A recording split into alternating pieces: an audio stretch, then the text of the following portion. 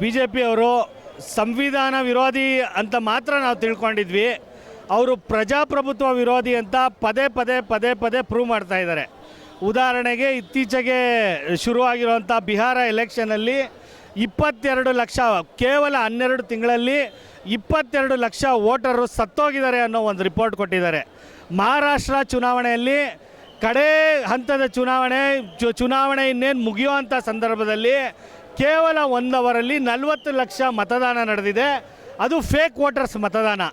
ಇದನ್ನು ನಿನ್ನೆ ಒಂದು ಪ್ರೆಸ್ ಮೀಟ್ ಮಾಡಿ ನಮ್ಮ ರಾಹುಲ್ ಗಾಂಧಿ, ನಮ್ಮ ನಾಯಕರಾದ ರಾಹುಲ್ ಗಾಂಧಿ ಅವರು ಹಂತ ಹಂತವಾಗಿ ಸಂಕ್ಷಿಪ್ತವಾಗಿ ವಿವರಣೆ ಈ ದೇಶಕ್ಕೆ ನೀಡಿದ್ದಾರೆ. ಚುನಾವಣಾ ಆಯೋಗನ ನಾವು ಕೋರ್ಟ್ನಲ್ಲಿ ಪ್ರಶ್ನೆ ಮಾಡಿದ್ರೆ ಚುನಾವಣಾ ಆಯೋಗಕ್ಕಿರೋವಂಥ ನೀತಿ ನಿಯಮ ಅದನ್ನೇ ಒಂದು ಬದಲಾವಣೆ ಮಾಡಿ ಪಾರ್ಲಿಮೆಂಟಲ್ಲಿ ಡಿಸಿಷನ್ಗಳು ಮಾಡ್ತಾಯಿದ್ದಾರೆ.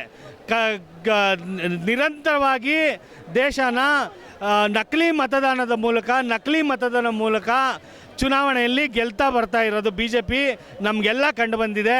ಇದನ್ನೆಲ್ಲ ನಾವು ವಿರೋಧ ಮಾಡಿ ಇವತ್ತಿನ ದಿನ ಪ್ರತಿಭಟನೆ ಸೇರಿದ್ದೀವಿ. ರಾಹುಲ್ ಗಾಂಧಿ ಅವರ ನೇತೃತ್ವದಲ್ಲಿ ನಾವು ಗಾಂಧಿನಗರದಿಂದ ನಮ್ಮ ದಿನೇಶ್ ಗುಂಡೂರಾವ್ ಅವರ ನೇತೃತ್ವದಲ್ಲಿ, ಆರೋಗ್ಯ ಸಚಿವರು ಅವರ ನೇತೃತ್ವದಲ್ಲಿ ನಾವಿಲ್ಲಿ ಪ್ರತಿಭಟನೆ ಮಾಡೋಕ್ಕೆ ಸೇರಿದ್ದೀವಿ.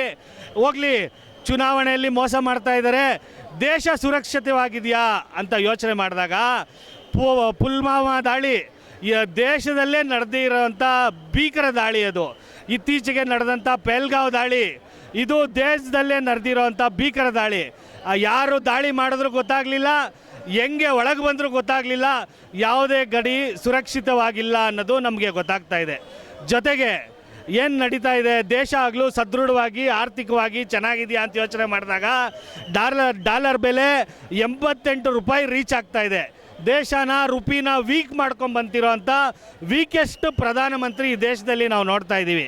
ಜೊತೆಗೆ ಏನು ಇವತ್ತು ಕೋಮು ಗಲಭೆಗಳು ನಡೀತಿದೆ, ದೇಶನ ಧರ್ಮದ ಆಧಾರದ ಮೇಲೆ ಡಿವಿಷನ್ ಮಾಡಿ ಜನಗಳನ್ನ ನೋಡ್ತಾ ಇರೋವಂಥ ವಿಚಿತ್ರ ಸರ್ಕಾರ ಇದು. ಈ ಸರ್ಕಾರನ ವಿರೋಧಿಸಿ ನಾವು ಈ ಒಂದು ಪ್ರತಿಭಟನೆನ ಹಮ್ಮಿಕೊಂಡಿದ್ದೀವಿ.